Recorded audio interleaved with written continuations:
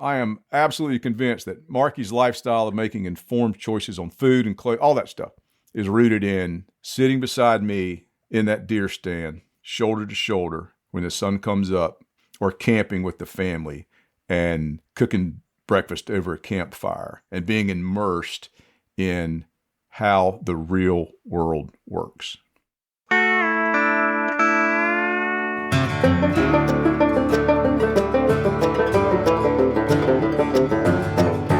Welcome to the Wild South Podcast. I'm Dave DiBenedetto, Editor-in-Chief of Garden & Gun magazine. And I'm Eddie Nickens, contributing editor for Garden & Gun. Together, we're talking with the most impactful outdoorsmen and outdoors women in the South and far beyond. Quail hunters and duck hunters, trout anglers and redfish fanatics, musicians, scientists, writers, wild game cooks, and frankly, a few wildcats we dig up along the way.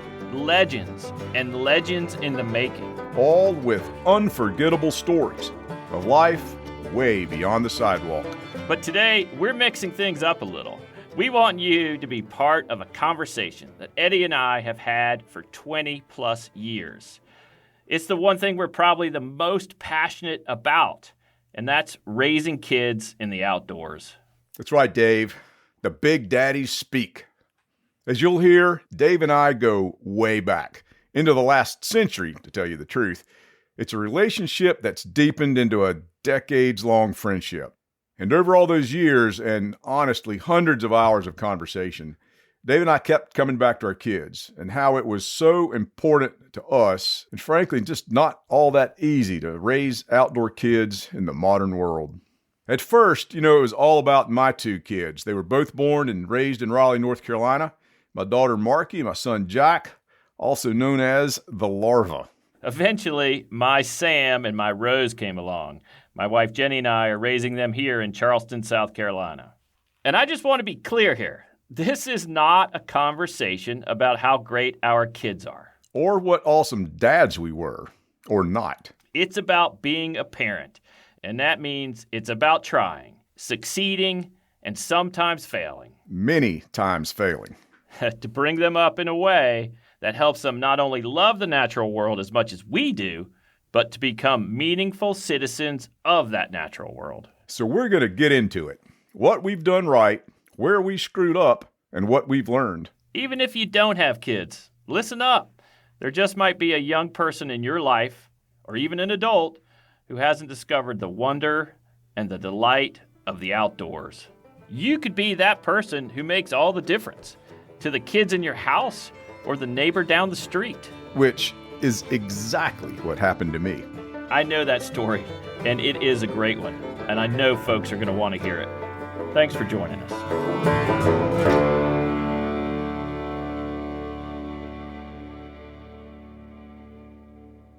All right, so Eddie, we are going to talk about raising kids in the outdoors today, which is a topic that you and I have discussed since we first met.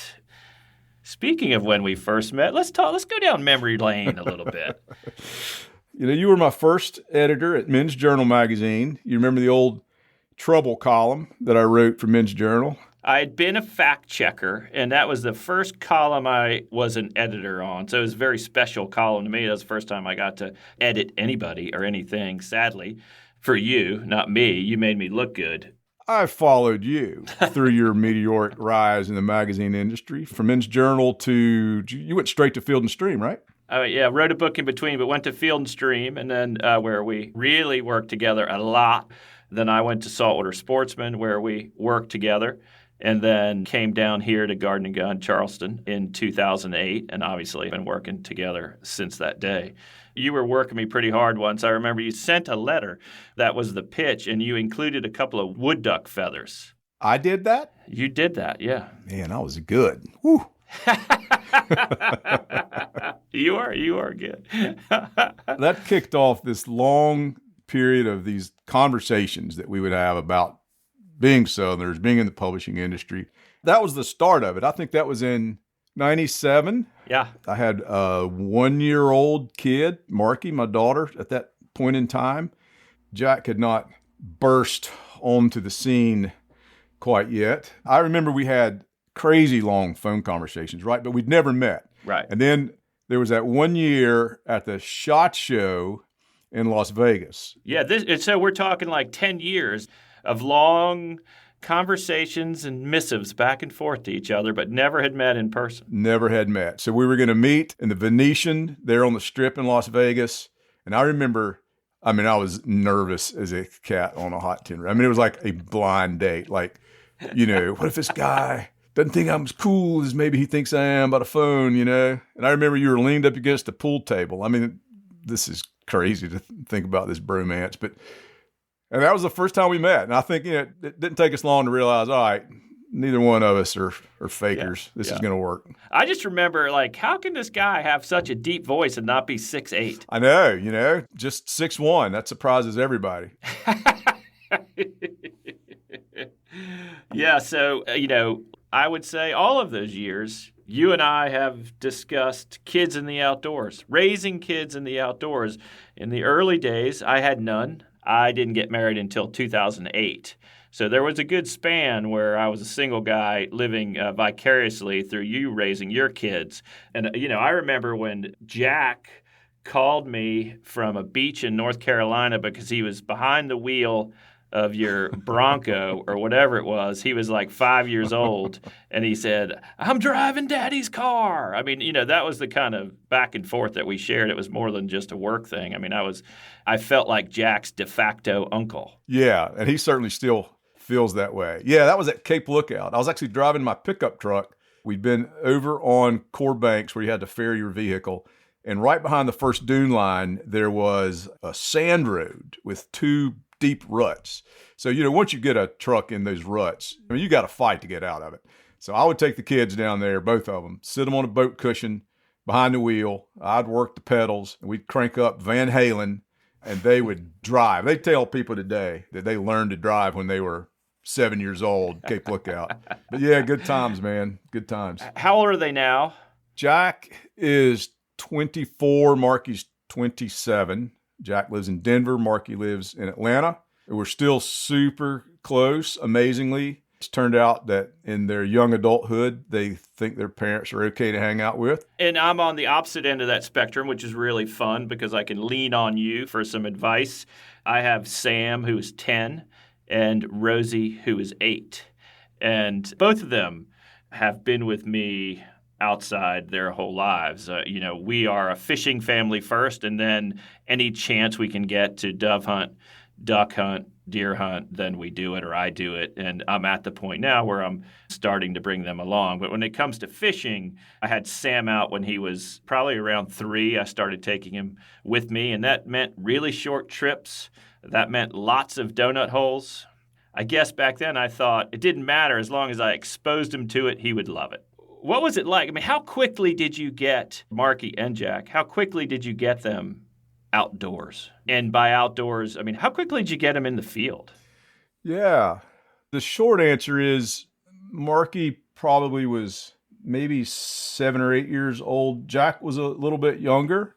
Jack went on his first quote-unquote squirrel hunt with a Red Ryder BB gun in the snow in 2006, I believe. So he was 7 years old. Mm-hmm. The next year, he was squirrel hunting with a shotgun. I've got photos of that first hunt. He killed a fox squirrel and a gray squirrel. And then the very next year, so he would have been 8 years old, I had him duck hunting with a shotgun standing right beside me. Yeah, so Sam's 10 and Rosie, I said 8. They've both taken a BB gun into the dove field, but that's the extent of it. Did Marky not want to go into the field?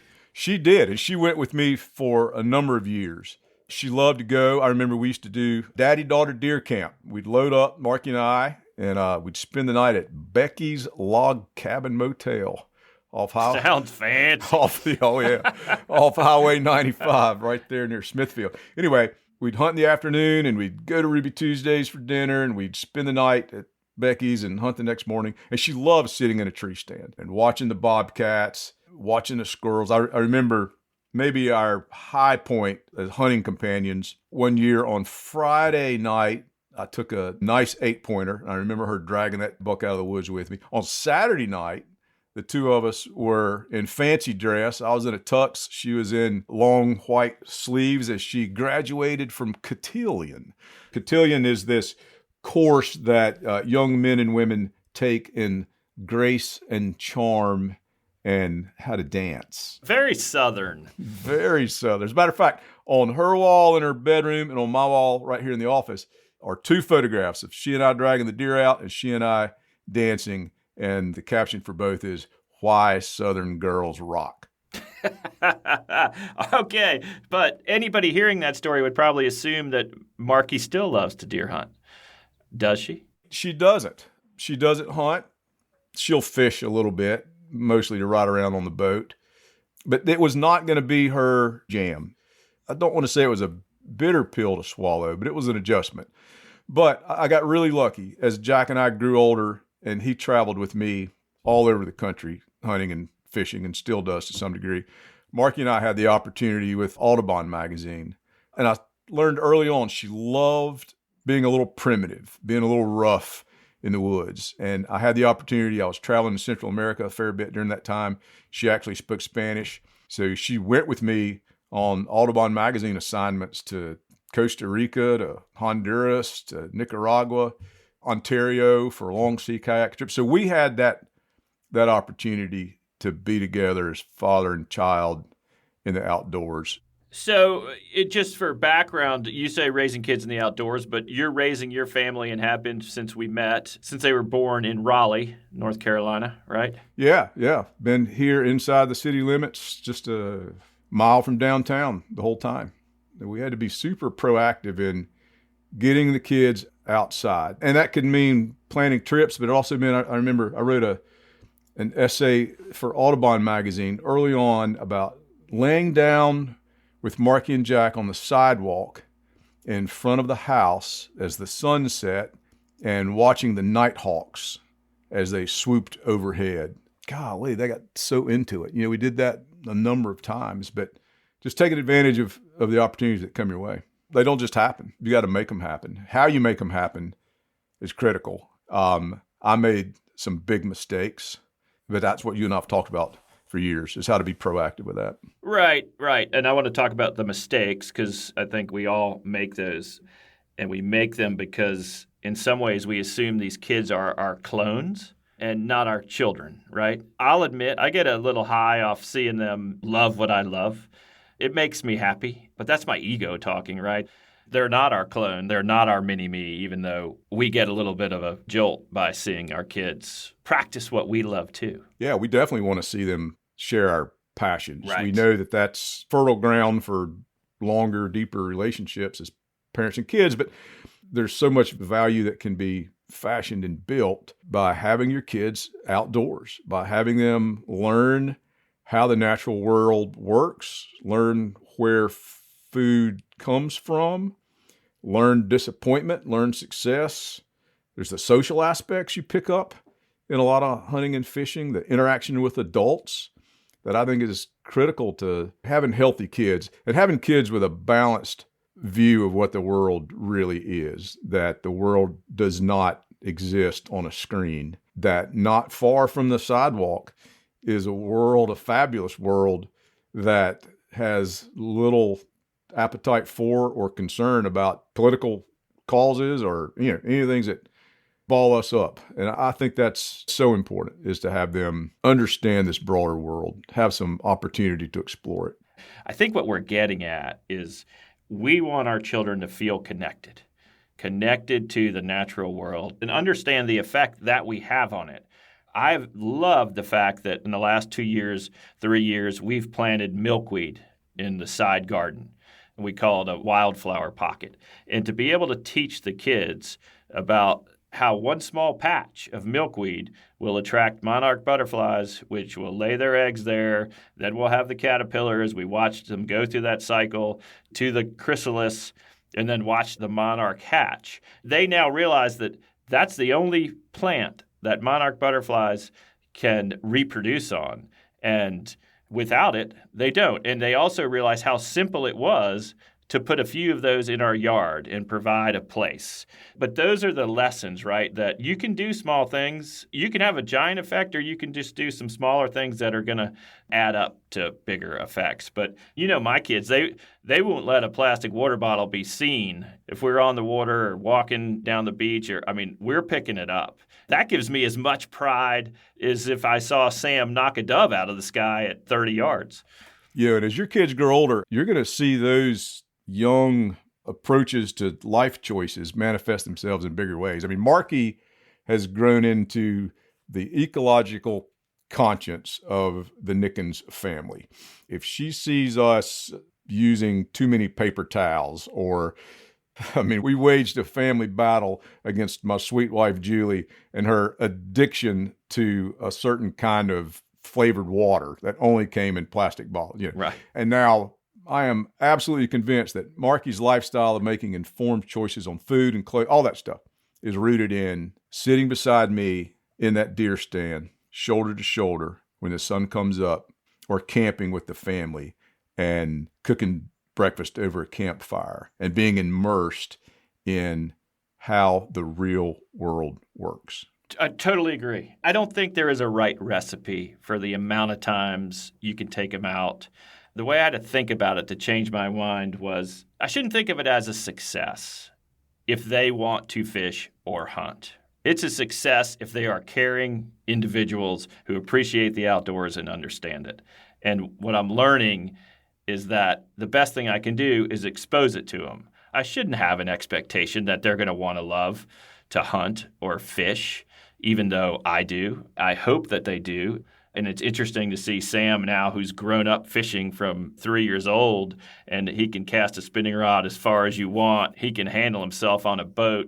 And as his friends who didn't grow up like that, who are, they're 10 years old, they're just starting to appreciate these hobbies. And Sam's like the star now because, he's been doing this. And that's going to help, right? That's going to help him enjoy it more. And, I'm happy to have assisted in some of that, but... Well, I think that notion of not having expectations dovetails with maybe the hardest lesson that I had to learn as a father, as a parent in this regard, and that's to meet your kids where they are. And that was Julie's line. I'm going to give her all the credit because I was so deeply enmeshed in fishing and hunting from a vocation and avocation perspective that it was all I really wanted them to do. And I almost ruined Jack with the hunting. For years, he sat with me as a young kid, a little kid, in a deer stand. And when you're 6, 7 years old, deer hunting, that's just your daddy telling you to sit down and shut up and don't move and don't scratch. And then everybody's pissed off and you leave 45 minutes early. For those who don't know, sitting in a deer stand is about being statue still for 2.5 hours and swiveling your head very slowly. But that is about the only movement that you want happening. You're surely not talking. You're not playing video games. You can read a book up there, but it is a stock still time. You did not read a book in the Nickens tree stand. The jackass father. What happened to your vocation? Yeah, the jackass father I was, no box blinds. Oh, you're a hard ass. I know. You're going to learn how not to move.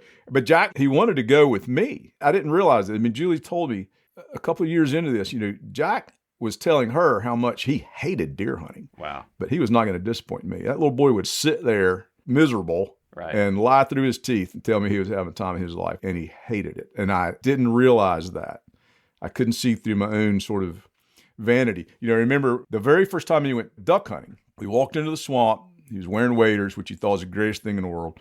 Sun comes up, and I'm looking over at him, and he is moving his right hand from his waist so slow, just incrementally slow, up to his face. I'm like, what is he doing? And he gets close to his nose, and he scratches the tip of his nose. And then he lowers his hand slowly, and it broke my heart a little bit seeing this.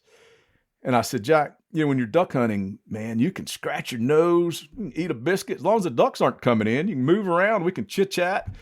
And honestly, David, it was like the weight of the world just came off his shoulders at that moment. He rose out of the swamp.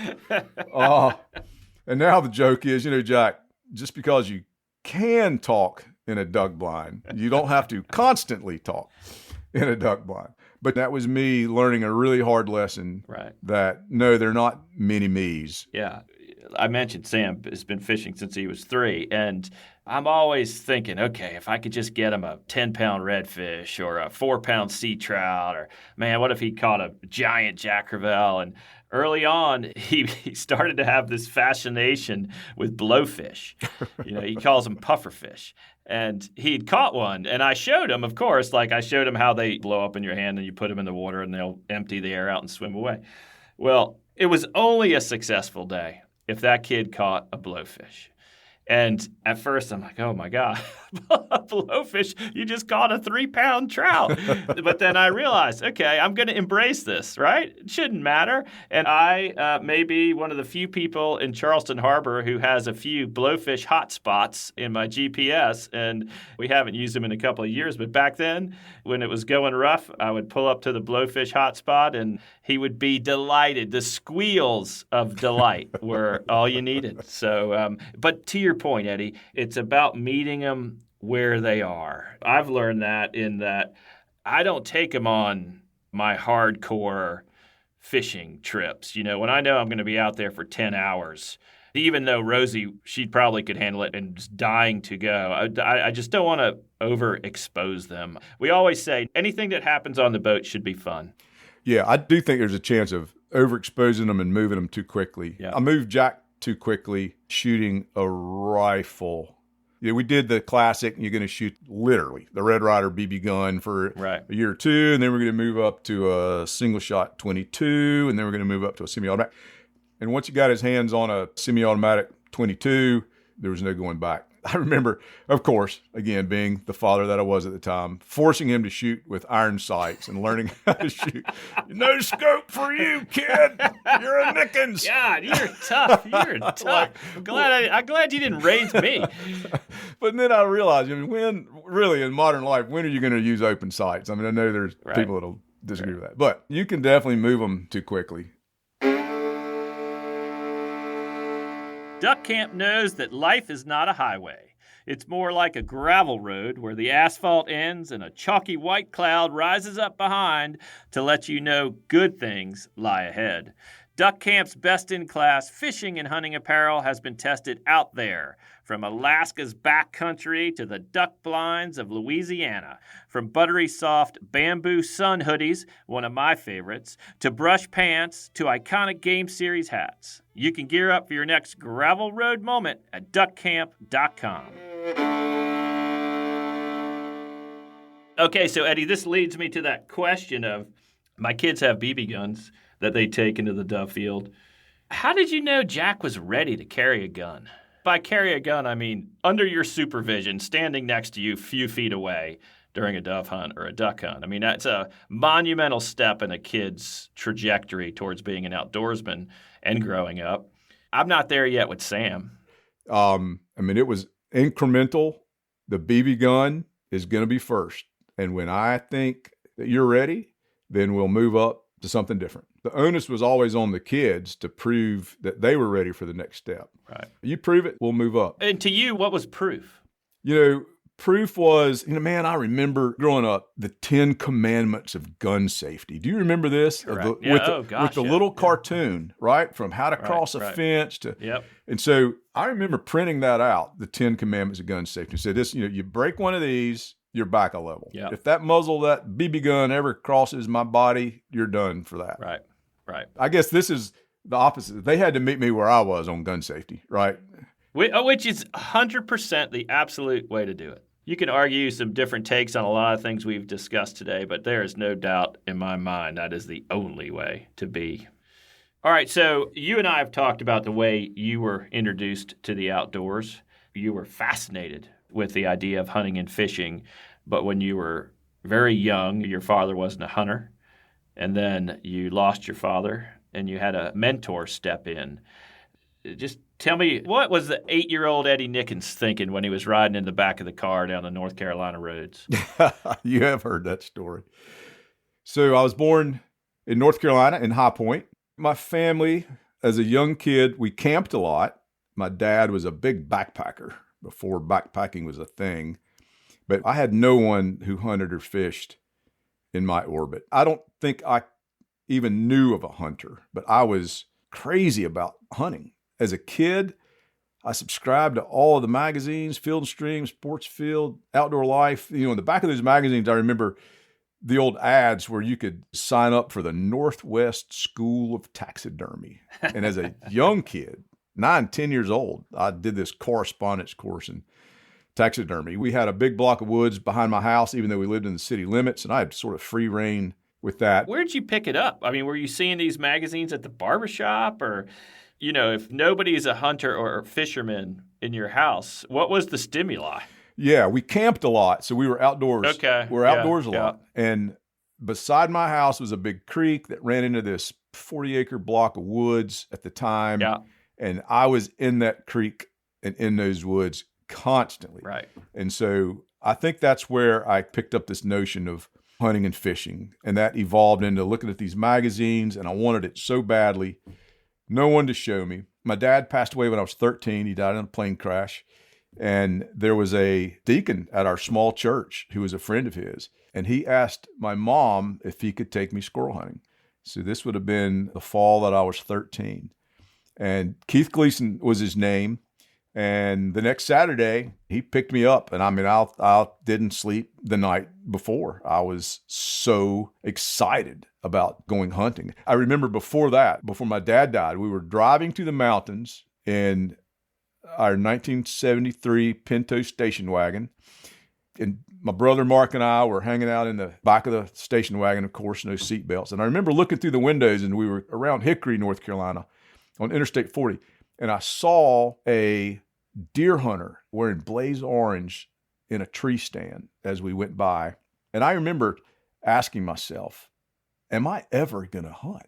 Is there any pathway that I can see myself being a hunter? And the answer was no.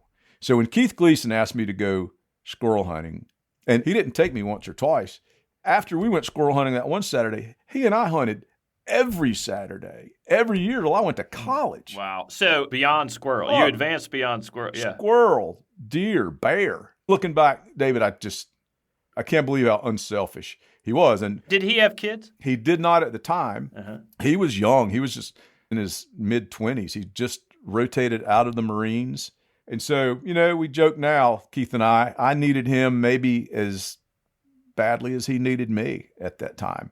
There's just not many times where you can put your finger on a date on the calendar and said, my life took a right turn here. And the trajectory is remarkably different than it would have been. And everything that I do now, my whole career, it's based on his unselfishness to do that.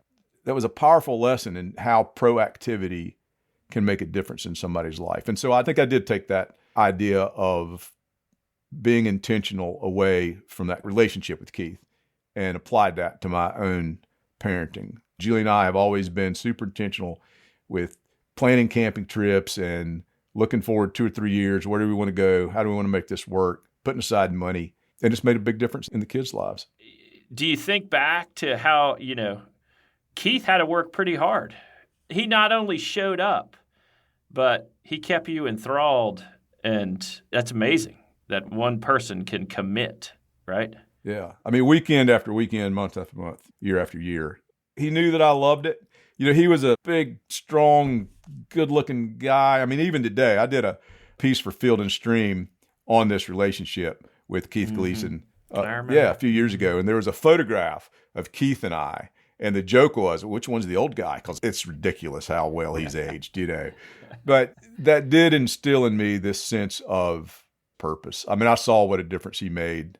And I knew that if I could just get the kids to connect to the outdoors, it really makes every part of your relationship with your children easier. The conversations that Marky and I would have in a tree stand that had nothing to do with hunting. Right. The conversations that Jack and I have sitting on a cypress stump that have nothing to do with hunting are all a part of that immersive experience, just being there together. Yeah, yeah. Look, duck hunting in North Carolina is not the most successful thing that you can do. So you've got to have something else to come home with. Yeah. So I grew up in Savannah, Georgia. And the greatest thing my parents ever did was put us in a place to enjoy the outdoors. So just before I was born in 72, they built a house on the Wilmington River in Savannah. I have 3 older brothers, so the 4 of us could grow up on the water.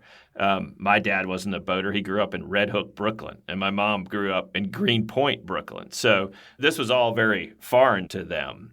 But, my dad had some friends who were bass fishermen, and he got into bass fishing. And some of my earlier sporting memories are the painful ones. I was in a boat with my dad and my older brother, and we were bass fishing. And I said I wanted to tie on a popper. And I think my brother said, "Here, I'll tie it on for you." And I said, No, I want to do it. And so I went ahead, and who the hell knows what kind of knot I tried to whip up. And I was a pretty good caster. I mean, I loved it like you did. I was obsessed with it, obsessed. And I put that popper underneath some tree limb and start working it, boop, boop, boop. And I'm telling you, this bass just sucks it down. And I'm like, whoa. And everybody in the boat's like, whoa. I start reeling, and it comes out of the water. One of those fish when you're young, and it just doesn't seem like it's going to stop. It just kept coming and coming. And I'm just like, it probably was maybe a 6-8 pound bass. It was big. And it gets to the apex of that jump, and it's kind of back and forth, and it just flicks its jaw, and my line goes slack, and away it swims. And so I reel in, and there's the telltale curly cue of a knot that's come undone. And I cried, Eddie. I cried for like an hour straight, But I learned my lesson, right? I didn't know what I was doing. I had no right to be tying a knot. I learned my lesson, and it doesn't happen much anymore. There you go. The lessons that you learn. I remember Marky, she had a time period when she was a pretty hardcore vegetarian. And, I'm a contributing editor for Garden and Gun and editor-at-large for Field and Stream. That was another learning moment for Dad. Yeah. How'd you make your duck gumbo vegetarian style?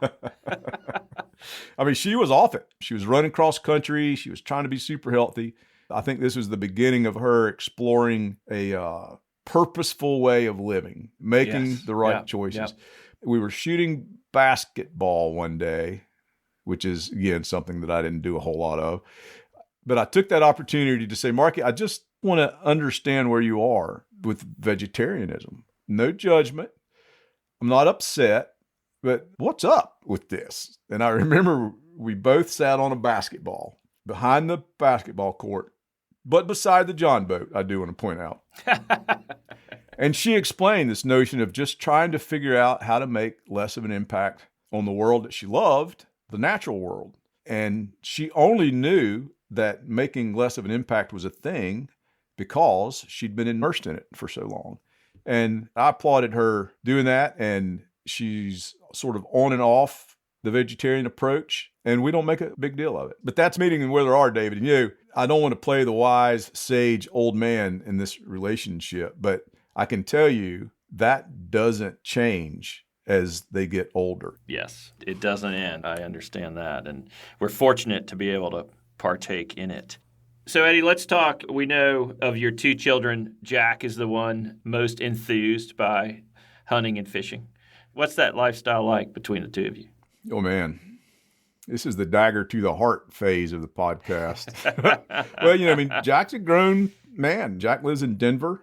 Honestly, this past hunting season, let me think. Jack and I dove hunted once, duck hunted once, and deer hunted once. 3 times in, 5 months. That blows my mind. When he was in college or high school, how many times would you have hunted together? Yeah, we went to college at UNC Chapel Hill, 30 minutes away. Many, many, many times. Right. This past hunting season was the first year in 10 years that he didn't go to Arkansas with me to duck hunt. That was tough for me. Right. But proud of my kids, proud of what they're doing. And so it does change. This year is the first year that Jack and I are doing our first big international fishing trip. We got 7 or 8 days in Mexico, just the 2 of us with the group. But that was intentional. I've saved for a year and a half monthly to pay for that trip. Unfortunately, along the way, I realized that I was leaving Marky and Julie behind. So they're going to the Dominican Republic while Jack and I are in Mexico. Their trip is known as the guilt trip in our family. But when I think of the takeaway of 27 years of parenting, for me, it's going to be the line that Julie used all the time, which was meet them where they are. I had some real challenges with that, especially as sports entered the picture. I did not handle that well with either of my kids. Yeah, let's talk about sports, buddy, because I'm living it. I'm living soccer tournaments and cross-country meets. I mean, heck, I just drove back from Lexington, Kentucky for a national cross-country championship. My best buddy was like, "Are you kidding me? It's the first split of duck season." I'm like, "I'm sorry, dude. I got to go." Yeah, I see those posts, and I don't know if you can hear the cruel laughter from all the way from North Carolina, because I was there. Yeah. I mean, look, you and I work hard, right? We have delightful, wonderful jobs, but we work really hard. You're out more than I am, but we cherish the chances to get outdoors and do the stuff we love. And certainly kids in sports and travel sports, weekends become theirs. I'm trying not to be selfish, but I'm curious how you handled it. Oh, I gave in to the dark side. I did not handle it well at all. Probably the biggest mistakes I've made as a parent are rooted in this notion of balancing sports. Since my dad died, I didn't grow up with sports. I mean, I remember very clearly standing in the backyard, shooting my bow at 4 piles of pine straw as the local kids were going to football practice, driving by the house and yelling out derisively, "Nature boy, nature boy." That was my nickname, So the joke's been on them given my career, but both my kids were athletes. Marky was a cross-country runner and a swimmer. Jack was a very talented soccer player. Jack particularly was enthralled with sports, and the soccer, as you're experiencing, is an all-consuming passion for kids that want it to be and are good enough for it to be. And it cannibalized our time. And I did not handle this well. I was pissed and moody and hurt. And Jack would come home from a soccer game that maybe they lost, and he was the goalkeeper, and everybody's angry and crying. And I'm going, you know what? Nobody ever comes home from a hunting or fishing trip angry or crying. Were you traveling or were you staying home? I went. I did, but not as much as any of the other dads. Right. Part of it was I had a pretty rough travel schedule, but a lot of it was I showed up for the big moments, but I was not there for the little moments. And let me tell you, I remember sitting in a soccer game and looking at Jack, and they came out and he sat on the bench and he looked up in the stands, and I felt like he was looking to see if I was there. Is Daddy here? Right. Thankfully, I was there that time, but I know he looked up in those stands a lot of times, David, and I wasn't there because that was his choice and it wasn't my choice. And my choice was to be in the woods or on the water. And it was a problem with Julie and I that she handled very well. I do remember the one conversation where she said, "You are losing opportunities. You are losing your relationship with your children because you are so obsessed with being outdoors and you're so pissed off and hurt that they want to do something different, which is what all their friends are doing." Right. That was a hard lesson. I ruined a lot of weekends until I came around. So you're telling me I got to go to the soccer tournaments? You got to show up for the tournaments. You should show up for the games. I mean, absolutely. Yeah, and I do.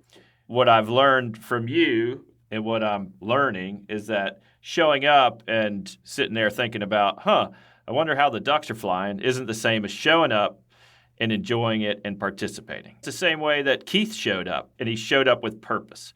If I show up at these games, I'm all in. That's what I'm learning. It's no good to show up and I'm not out in the field. That's not the point. Well, I'm going to push back on that a little bit. I think that there is great value in showing up.